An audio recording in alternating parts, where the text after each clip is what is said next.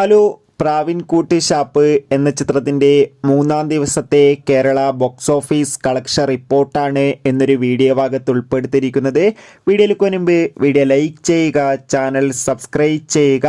ജനുവരി മാസം ഇനി ധാരാളം ചിത്രങ്ങൾ അങ്ങോട്ട് OTT റിലീസ് ചെയ്യാൻ പോവുകയാണ്. ചാനൽ ഭാഗം പരിശോധിച്ചാൽ ആ വീഡിയോയ്ക്ക് നിങ്ങൾക്ക് കാണാൻ വേണ്ടി സാധിക്കുന്നതായിരിക്കും.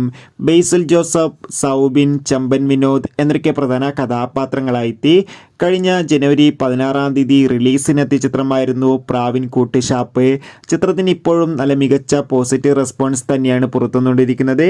അതുകൊണ്ട് തന്നെ എല്ലാ സിനിമാ പ്രേമികളും ഒരേപോലെ പ്രാവിൻകൂട്ട് ഷാപ്പ് എന്ന ചിത്രത്തിൻ്റെ ഓരോ ദിവസത്തെയും ഓരോ അപ്ഡേഷനും അറിയാൻ വേണ്ടി കാത്തിരിക്കുകയാണ്.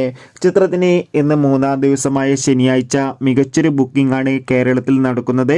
അതുകൊണ്ട് തന്നെ ഇന്ന് മാത്രം ചിത്രത്തിന് കേരളത്തിൽ നിന്ന് ഏകദേശം 1.5 കോടിക്കടുത്ത് വരെ കളക്ഷൻ നേടിയെടുക്കാൻ വേണ്ടി സാധിക്കുമെന്നാണ് ട്രാക്കിംഗ് റിപ്പോർട്ടുകൾ സൂചിപ്പിക്കുന്നത്. എന്തായാലും